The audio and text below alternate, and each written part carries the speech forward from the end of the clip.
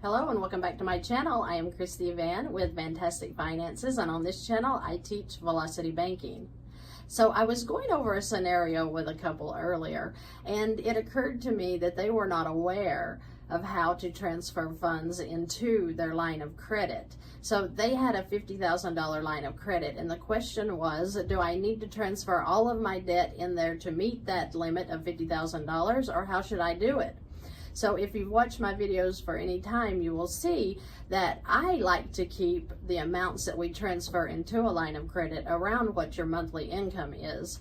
So if your monthly income is $5,000, then you would want a line of credit around $10,000 to $15,000, and then just transfer $5,000 or $6,000 of debt at one time into the line, so that your income is continually going into that line every month and almost paying it off every month. That way you're able to knock off more interest charges by keeping that balance really low.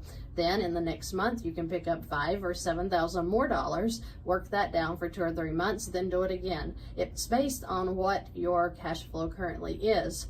So if you have a cash flow of $1,000, I like to try to have the debt paid off within 5 or 6 months. So of course you would pick up $5,000 or $6,000 in debt. Then you would pick up some more debt in the 5th or 6th month and do it all over again.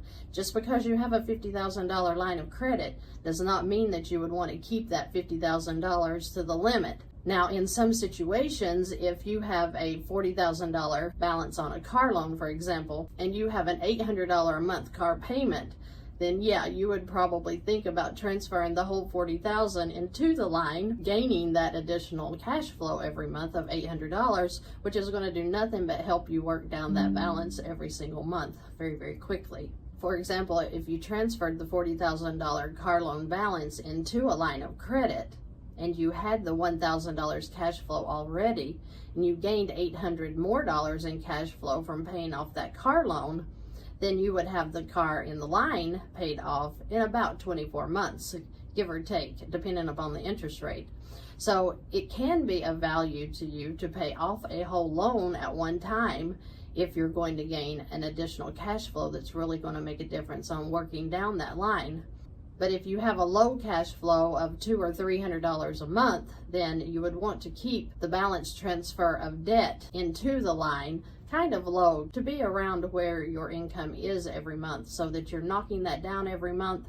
Then you're letting your cash flow work it down for the next 2 or 3 months. Don't get in a hurry with these lines. We don't want to have additional interest to pay when we don't have to. So the point is to eliminate interest, so that we're just paying for the product that we actually bought, whether that be a car, a home, even student loans. So handle your lines with care.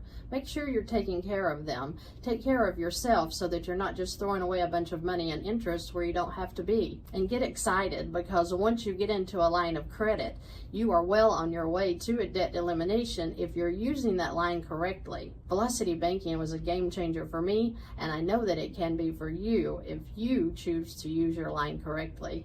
I hope that this video helped you to understand that you can take it nice and slow on your balance transfers into the line while you're still doing the damage that you want to do, because you're not going to be paying additional interest. Hardly any. So it's a good idea to know how and when to transfer debt into your line of credit, so that you're taking care of your wealth and you're keeping more in your pocket instead of giving it away to the banks.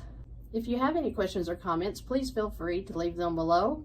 You can book me for one-on-one coaching. That link is also below. Thank you so much for watching today, and I look forward to seeing you in the next video.